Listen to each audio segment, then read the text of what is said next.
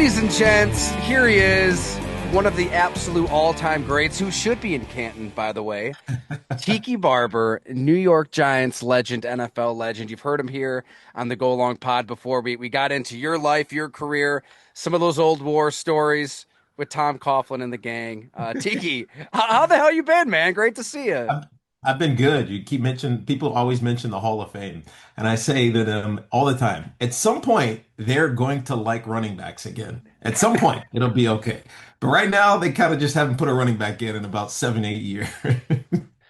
It's crazy. You're right. It's been, who was the last running back to get in? Was it Edgerrin LT? James. Oh, Edgerrin LT. James was the last one that got in. The last one that was discussed was Fred Taylor over the last couple of years, but he just keeps falling short. Now, I mean, it's inevitable because Adrian Peterson is going to be up, I think this year or maybe next year. So he's certainly going to again. So hopefully that starts the flood again to get running backs back into the Hall of Fame. I mean, it's the glory position. It's what everybody grows up on. It is. And there's a period of time where you did it better than anybody. I mean, it's I about appreciate that. greatness, right? So I was over at Giants camp last week and got a chance to talk to the team, but also pulled aside the running backs. Obviously Tyrone Tracy, who I've known for a year now, and then Cam and Eric Gray and those guys. And so one of the things that I said to him was, they say it's a passing game these days, and it's all about the quarterback and the wide receivers, but you know who they really come to see? They come to see running backs. And when you rip off a 30-yarder or a 70-yarder, there's nothing more electrifying to any NFL football game than seeing that. So remember that. And it starts early. I mean, I blast the NFL Films music in the basement, give the little football to Sonny Dunn, and he's running all over the place, bashing into the wall. I mean, it's like when you first pick up a football, you dream of juking and running people over Yeah. and spinning. I mean, the creativity that the position allows is unlike anything in sports. I agree. It's the easiest way to get going forward, right? You don't have to worry about the quarterback making a transition to the wide receiver downfield. It's just turn around, hand it off, hope for those five guys up front do their jobs well enough for to create some space, and then go be backyard footballing. So I agree with Yeah. you. How were those conversations with Tyrone Tracy, Eric Gray? I mean, you got Cam Scatabo there now out at East Rutherford.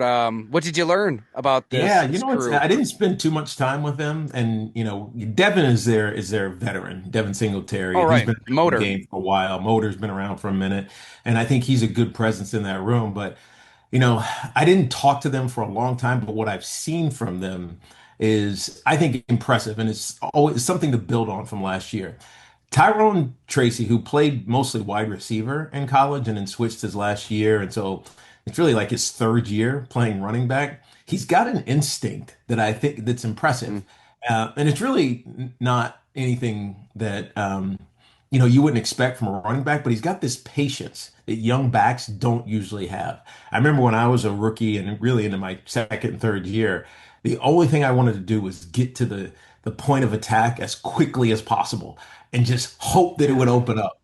And it took me a couple of years to figure out that I need to wait for this, right? I need to realize that those five guys up front, those offensive linemen, guards, tackles, whatever the scheme is, are sorting it out themselves. And I have to wait for them to do their jobs before I can do my job.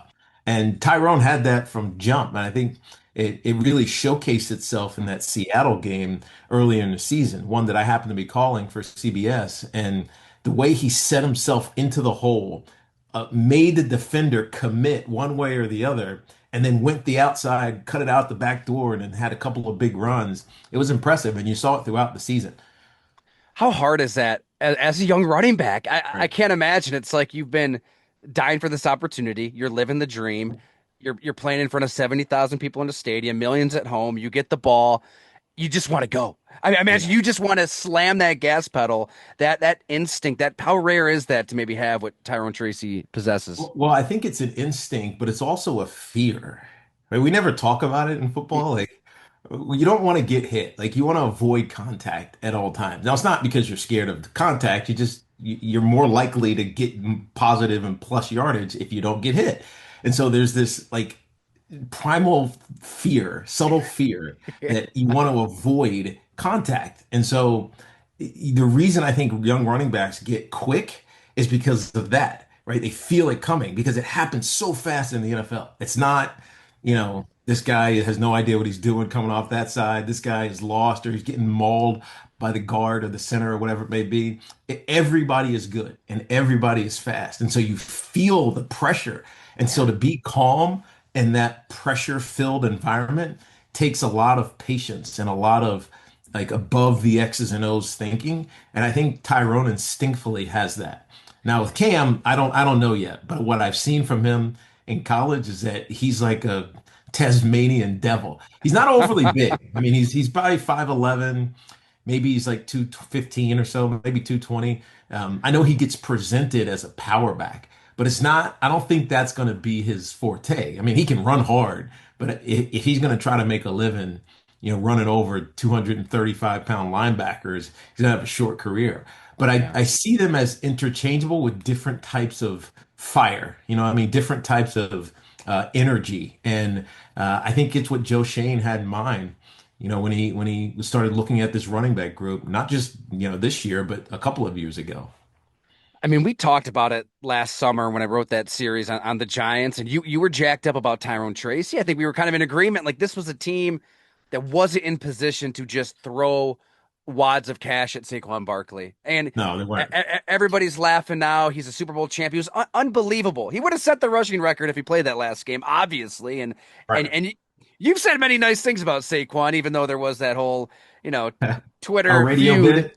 That Yeah, wasn't yeah. really, it was just a radio bit. I It mean, was this is what right, we do yeah. for a living. And you were yeah, he kind of took that out of context. But anyways, you've been very nice when it comes to Saquon, but in retrospect, what kind of sense do you make of the Giants' plan at running back now that the dust has kind of settled? They kind of used that money elsewhere, and now you've got Yeah. the room that you just kind of detailed. Now, was it the right move? Well, I mean, in retrospect, it was the right move, I think, for Saquon for sure, because you can't have a elite run game with an elite running back, obviously, unless your offensive line is put together and it's got continuity, consistency, and I think most importantly, competency. I think it's the one thing that the Giants have lacked consistently over the last couple of years is those three things with the offensive line. And Saquon would not have thrived here. I know I kept hearing this when he was a younger player. Saquon is great. Saquon is great. He might have the potential to be great, but in actuality, he was never really great here, and it wasn't all his fault, right? He had a couple of really good seasons, but if you want to see Saquon and greatness in the same sentence, watch what he did with the Philadelphia Eagles last season. And I don't mean just go look at his statistics because that's easy to do, but you go watch some of those games, break down some of that film and the different schemes that Kellen Moore was using and the advantages that he was creating because of the athlete he had at running back, but also the four Pro Bowls slash, all pro because Mailata was an all pro on that offensive line. And Mekhi Becton was the only one that wasn't honored. And he had a hell of a season at right guard last year. That's how you get greatness from your run game. And it wasn't a surprise that they rushed for 2,000 yards and ultimately Yeah. carried with their run game. That includes their quarterback, obviously, Jalen Hurts, to a Super Bowl, right? I mean, they dominated the uh, dynastic team in the NFL, in the Kansas City Chiefs. And so much of it was because of the trenches, both offensively and defensively. And I think to me, that's a lesson for this league because so much in this league, we talk about you got to have a quarterback. You got to have the guy that's going to be a Hall of Famer. You got to have the Pat Mahomes of the world, the Josh Allens of the world. Well, I don't think that Jalen Hurts is a yet Hall of Fame quarterback. Maybe he's going to redefine what a Hall of Fame quarterback is. Because Mhm. right now, what we see or what we think we want in a Hall of Fame quarterback is a guy who throws for 4,500 yards, who, completes 70% of his passes, is just consummate playmaker and gets his team out of trouble and does it all by himself seemingly. But I think what the Eagles have created is this like team juggernaut, which is just, I don't know, as much as I Yeah. hate to admit it, it's entertaining to watch. It, It seems like they're a nemesis, but I'm like, damn it, they did it right. I mean, it's crazy. You could talk to any general manager around the NFL, and they say, you know what, we couldn't do this at wide receiver, or we couldn't make that move for a pass rusher because we're paying the quarterback, or we're Yes. loaded up at this. And Yes. then here's the Eagles. They just pay AJ Brown, Devonta Smith, Jalen Hurts, Lane Yeah. Johnson. Like the second that one of their studs is up for a contract and they believe in that stud, Right. they pay him. But because the Right. market's only going to keep soaring, they keep Well, drafting well. It's like such a well-oiled machine out there. I give Howie Roseman so much credit, and I've had a couple of conversations with him over the years. It's just like he sees it. He sees the big picture, and he's not worried about the fallacy of the salary cap.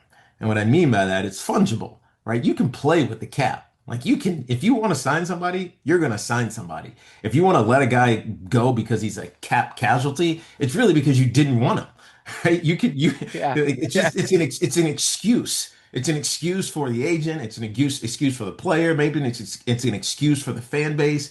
But if you want to create space for to sign a great player, you can do it. And the Eagles are an example of it. Now, they're kicking a lot of that money down the line with these void years, and eventually it's all gonna come to roost.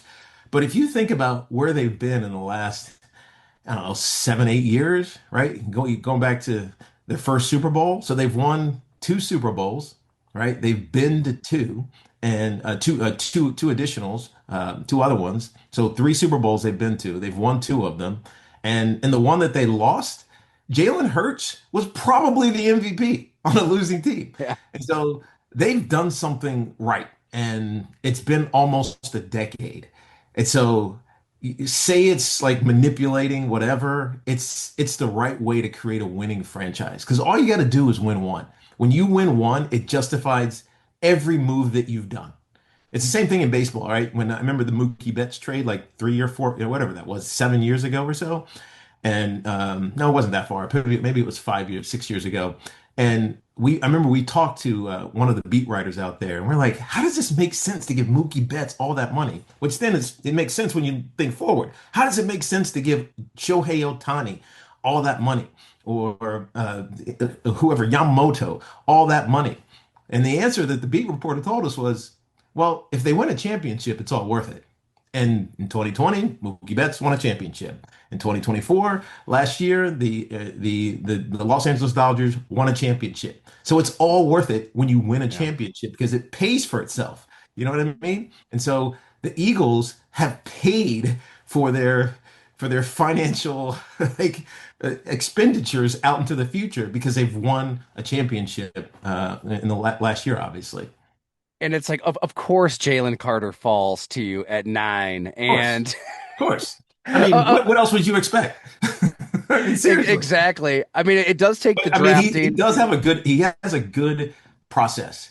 Yeah. Draft SEC football players Right. Yeah. Georgia. from the best schools, from the teams Exactly. that are competing for and winning championships. Draft those guys, I and mean, it works. It's not it is a just. I mean, comp. it sounds simple, but I mean, it's football. It's the cash cap thing and being willing, like you said, Tiki, to pay that money down the road. It's the identifying early. This player we drafted is a Right. stud. Let's pay him. It's Tennessee Titans. They didn't want to go all in on the Ryan Tannehill, Taylor Lewan, Derrick Henry, AJ Brown. So okay, we'll give you a first round pick for AJ Brown. Yes. It's kind of this whole combination. But all right, so back to the Giants. If you're the New York Giants, not only are you chasing the champs, you got to deal with Jaden Daniels and the Washington Commanders. You still got to deal with the Cowboys. We can laugh at Jerry Jones all we want. You got some talent on offense. Yeah. I don't know what I kind of love about what Joe Shane and Brian Dable did though. This draft and last year's draft, they just got some like nasty, Right. violent players, right? Like the DNA of the team is changing here with the type of player. I mean, Cam Scadabo's running into telephone poles. Abdul Carter, he wants to wear 56. You got Right. Jackson Dart has that fiery personality that kind of aligns with Brian Dable a hell of a Yeah. lot better than Daniel Jones probably did. So is that kind of the approach here the Giants are taking? You think, okay, we got to change the makeup of this team, and it's no quick fix. It's not like we can just make one move and catch these teams. Yeah, and I think that was probably a lot of the conversation with John Mara this offseason, or really probably the end of last season and into the offseason is show us the plan, right? Create an identity. And I think for the last last 2 year and a half or so, because I think they did have an identity Dave's first year, and you saw it. It was we're going to be tough. We're going to be mistake free. Remember the screaming at Daniel Jones when he threw that interception in Oh, week one? yes. And it was simple. I asked Dave, like, what'd you say to him? He said, make better bleeping decisions. Right? And so Daniel Jones led the league in turnover percentage that year. It was 1.1. It was tied with Jalen Hurts for the lowest turnover percentage in the league. And it was clear, like it was coaching that got them to that point. And so we knew that they were going to play games tight and hope that one of their stars, whether it was Julian Love, whether it was Saquon, whether it was Daniel Jones, whoever, was gonna make a play in the fourth quarter that would get them a victory. And it worked for them. They got to the postseason. They beat the Minnesota Vikings. Dave's won Coach of the Year, and it was a great great stepping stone.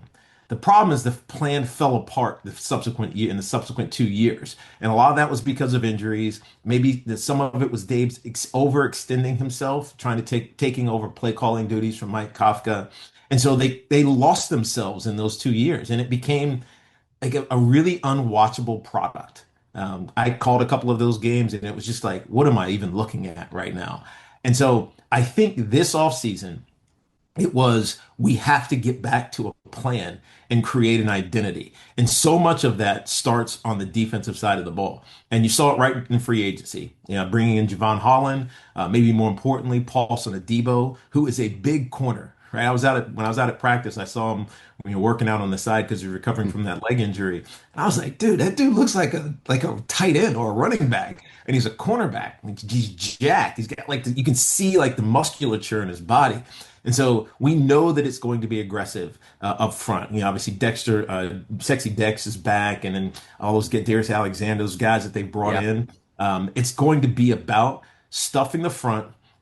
You draft Abdul Carter, you have Thibodeau, and obviously you have Burns, and so now maybe you can get into that race car package. You remember that from the Yeah. Giants early 2000 years or mid 2000 years, when they had those three DNs on the defensive line all at the same time on rushing situations. So I think it's create a tough, versatile defense and limit offensive possessions for the other team, and then let's go make some big plays on the other side. It's why you get Malik Neighbors a year ago. It's why you bring in Russell Wilson as odd as a signing as that might seem. The one thing that Russ has done consistently over his entire career, even if some of the things he says are corny, on the football field, he makes big plays. You see it every single year. Now, he may not be as consistent and mobile as he used to be, but he makes big plays and he's here to win games for them. So I see what they're attempting to do identity wise, and it starts old school. We're going to run the football, we're going to take some shots, and we're going to play great freaking defense. It kind of feels old school Giants in a way, and I kind of love that. Yeah. It wouldn't hurt if Andrew Thomas, maybe your best player, stays healthy Right, too. right, We forget right, about right. losses like that. That's huge. I mean, Man, I'm not upset with their offensive line right now. I'm cautiously optimistic. Andrew Thomas seems to be healthy right now. I love that they have finally fully committed to push Evan Neal into guard. Now he's competing with John Runyon for guard, and but I think most likely he's going to end up on the other side if can beat out Greg Van Roten, who's more of a veteran, old head to have in the room. And so if they have a Luminor right to left, Luminor, Evan Neal, John Michael Schmitz at center, then John Runyon and Andrew Thomas, that's a really good offensive line with some experience and veteran depth behind them. I think the biggest thing that they've struggled with is depth, right? You get an injury on the offensive line, and all of a sudden you're mixing and matching. And hey, Jermaine, let's play you what left tackle, and whack-a-mole. like it just like whack, like let's move guys around, and it's just you can't get consistency or Yeah. continuity. And in a lot of cases, back to those 3 C's that I was talking about, there isn't any competency because they're not used to it. And so until you get that shored up offensively, they were going to struggle. So I think, in subtle ways, they may have taken more steps towards making it, solid with those 3 C's. And you know what? We see it with the Giants, saw it with the Bills for whatever it was, 17 years of missing the playoffs. If you don't have Right. the quarterback, like nothing else matters. And Joe Shane, Brian Dable, they learned that lesson. Like Daniel Jones wasn't an unmitigated disaster last year. You watch the Giants game in and game out. It wasn't great, but it Yeah. wasn't, comically horrendous. But at the same time, when a call doesn't go your way or a player drops a pass or something invariably goes wrong, your quarterback has to rise above Yeah. the shit, right? Like you've got They to, needed to be perfect. Right? They needed to be yeah. perfect, and they just weren't quite good enough to be perfect. And I think Daniel Jones was still recovering. Like he was a little bit shell shocked in some of those early games, and uh, or maybe gun shy is the better word. Like it was, he wanted to make Yeah. absolutely sure that this was the right throw, that he could get it there in time. And sometimes you're watching, you're just like, just throw it, dude. I know.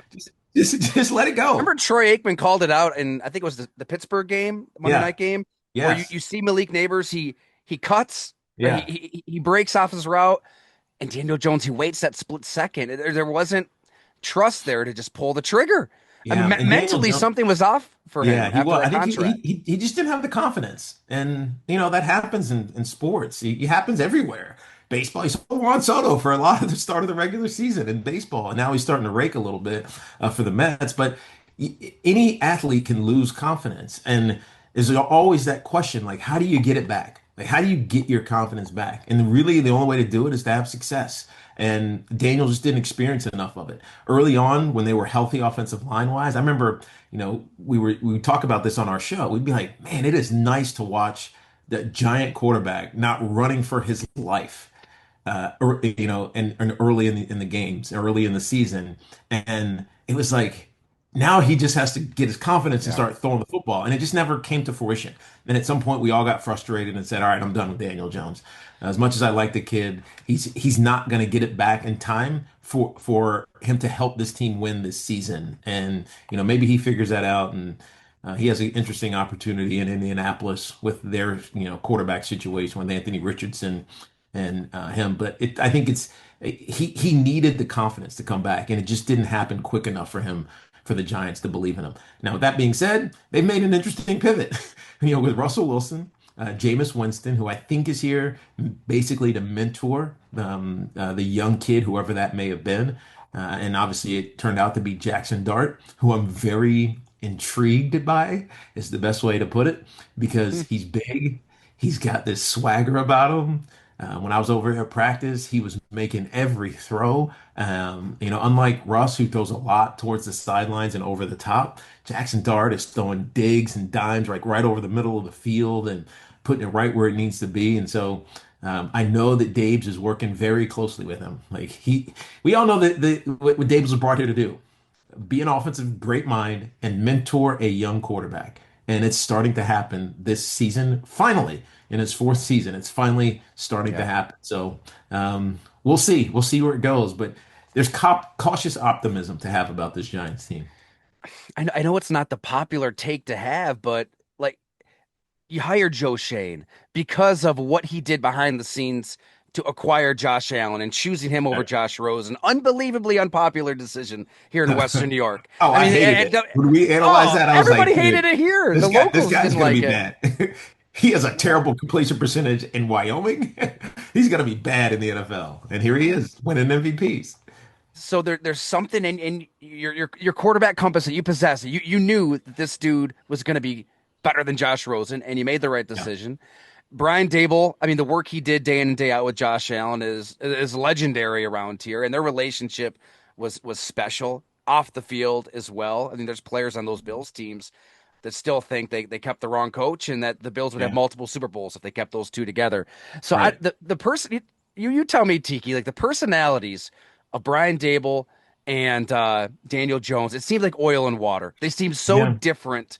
And so if you hired Shane because of that ability to find a quarterback, if you hired Dable because of his ability to develop the quarterback, I just the Giants owed it to themselves this offseason to identify, draft, and develop their own guy, their own quarterback. Do you see the personalities aligning now Yeah. between Well, coach and quarterback? yeah. So this is interesting. Because I've thought about this a lot. So I did a Buffalo game when Dave was the coordinator, And I remember asking him about all these like, how did this come about? Like, how did you make Josh into this player? And they really bonded football wise, but they bonded off field, and they had this like real kind of personal relationship that allowed Dabes to be very aggressive with him. Now they had a yin yang dynamic between offensive coordinator and quarterback coach. Remember, Ken Dorsey was their Right. quarterback coach. Now Ken Dorsey is like savant, do this, your footwork, you got to do blah, blah, blah, blah, blah, blah, blah, like the particulars of everything. And so you need that for a young quarterback, obviously, because you're screwed up coming out of college unless you have a great quarterback coach in college. And so what I think worked in Buffalo was that Dave's was this, I'm going to scream and yell at you and be aggressive with you and push you and get you to focus on doing these everything right. Whereas Ken Dorsey was like, all right, why did you make this misstep? Right, your back step didn't hit. Right, your release was wrong. Like all that up, like this the little detail with this passion that Dave's brings. Hmm.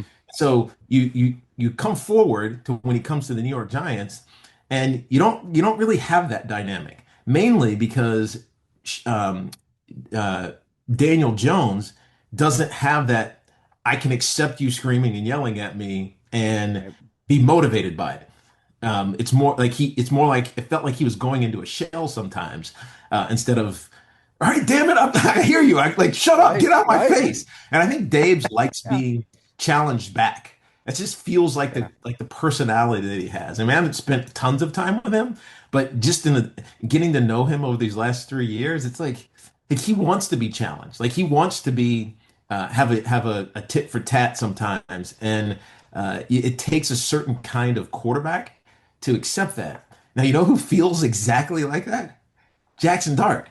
Like he feels like that quarterback who you can coach hard and then is going to give it back to you, and but learn from it and not take it personal, not get his feelings hurt because I mean we're not talking life and death. We're not trying to Yeah.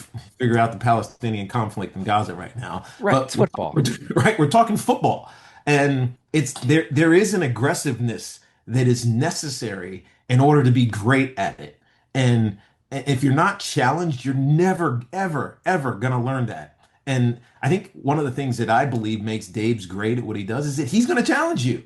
And so you have to have the right personality in order to accept that, learn from it, and grow from it, and not get paralyzed by it. And I feel like the quarterback room with the Giants is that right now. Because Jameis, I mean, he's had his ups and downs, but I mean, Bruce Arians coached him. I know Bruce very well, and I know how Bruce coached him, right? Russell Wilson, I mean, he's a vet. He can take it, whatever. He can take it. And Jackson Dart seems like he's in a good spot behind those guys to just absorb and learn and in a really organic way. Man, you just nailed it, Tiki. That is all so true and such a good point. You probably heard some of the same stuff on Daniel Jones that I did, where okay, he even after he signed that huge contract, and Yeah, so many people are saying they paid him so much money. I had heard in the locker room, he's even telling some people, it's really just a 2-year deal. He was kind of yeah, poo-pooing his own deal. right, And right, then I talked to him at training camp last year about the hard knock stuff, and he wasn't that happy that they were flirting with these other quarterbacks. He didn't go the route of F you, I'm proving you wrong, I'm having right, the season of my life. He kind of did go into that shell, right. By and the way, maybe that that was happens a to everybody. miscalculation. That happens to everybody. That happens to everybody. When I, the Giants drafted Ron Dane when I was there. He's a Heisman Trophy, Ran for greatest more yards quarterback than in college. anybody in college Right, football history right. And at that never, no time. one's ever going to break it because they don't stay in college long enough anymore. But they drafted him, and it was like, all right, Teak, what are you going to do? Right, like, all right, come on, let's go. And it motivated me, and I think that was a telling sign for Dave's and Shane for Daniel Jones. Now, there is really if God, it's I can't. There's not one mistake because you could look at the Evan Neal draft, you could look at some of these other things, but if there was one thing that I think Joe Shane would take back, it would be giving Daniel Jones that contract extension because you didn't have to do it, at least not to that capacity. The best thing they should have done, he had a great season that year, took him to the postseason in 2022, took him to the postseason. He earned a contract extension. but you didn't have to wait, like bet against yourself. You didn't have to like just give him the deal that felt right and commiserate with where he sat in the league. They should have let him go to free agency and see what happens. Go to free agency. If you leave, you leave. If you stay, you stay. But we're going to control the deal we're giving you instead of this invisible market. Because by betting, against nobody else, it's an invisible market, and so you're creating, I don't know, this deal out of thin air as opposed to what the market is dictating for him. And if they had lost him, then you reset, you go get your own quarterback, whoever it may have been, someone along the Jackson Dart, hopefully, trajectory. But you just let him go into free agency. It makes these last couple of years probably not so, I don't know, feel so hopeless, right? Or without a plan. It felt directionless when Daniel Jones signed that deal because, as he was saying, and you were just alluding to, it really was just a 2-year deal. And how many years was Daniel Jones going to be on a prove it contract? And it felt like his entire career was proving it, right? He comes in as a rookie, he replaces Eli Manning. All right, kid, prove it. He gets a new coach, and it's like, all right, you got a new coach, a new court. All right, prove it again.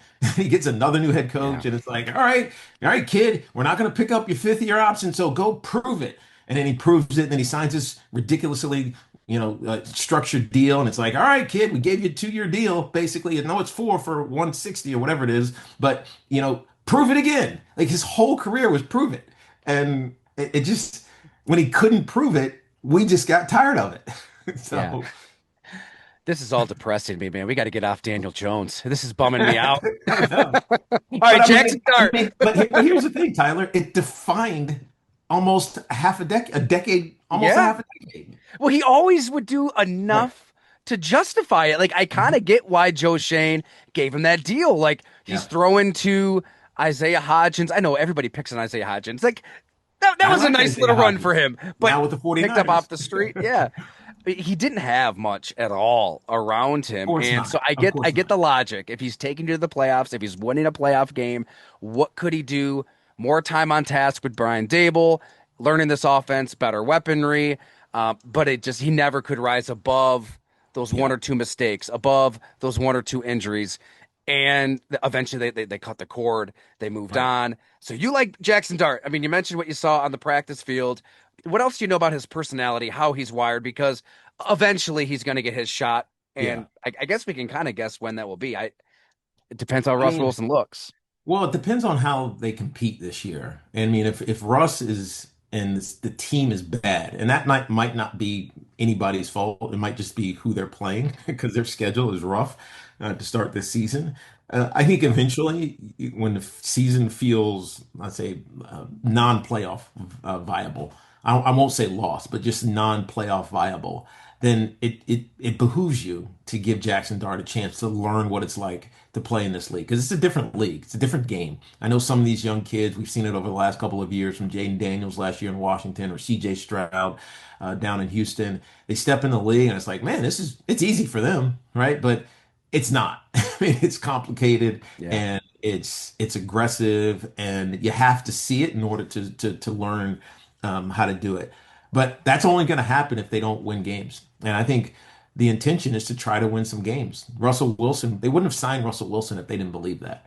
Right. And I know, again, Russ isn't the quarterback that he was 5 or 6 years ago, but he's still a very good quarterback and he can win games. We saw it in Pittsburgh last year.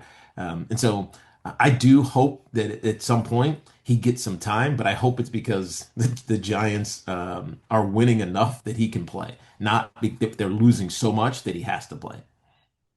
Like you said earlier, Tiki, it just can't be unwatchable. It just can't be sad to watch. So many of these Giant games last year that it seemed hopeless. So whether you're winning, whether you're losing, I think how it looks is going to go a really long way.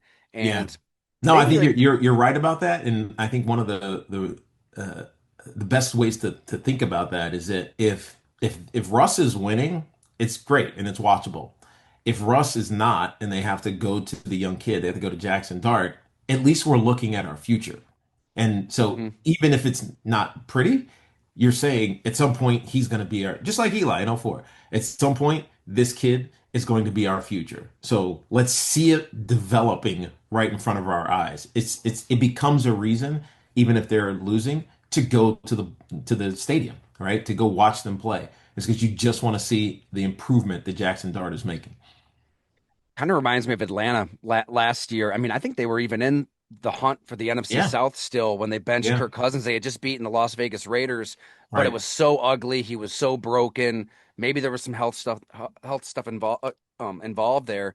But they went to Michael Penix. In those Yeah, 3 games, Penix looked awesome. Like you could get right. excited about him into this year. So I don't know, something like that where late in the year you're going to know what you have in Russ Wilson, Jameis Winston, and by then maybe Jackson Dart's ready to get 3, 4 games under his belt, and you go into next year Yeah, thinking you you can just step into the yeah. ring. Yeah, you just never know what that experience, how it can springboard you. And it takes a win or two, for a young quarterback to start to see it and really to feel it. Like once you have success and like everybody's behind you and there's like wind at your rear, it just feels so good to have that success. And I remember it with Eli, because he struggled like his first 6 or so games. And then the last game of the season, we played the Cowboys, and we played well enough to be in it.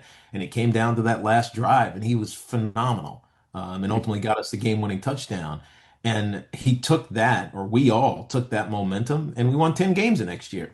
And so like it feels insignificant, but it's so important, especially with that position, the quarterback position.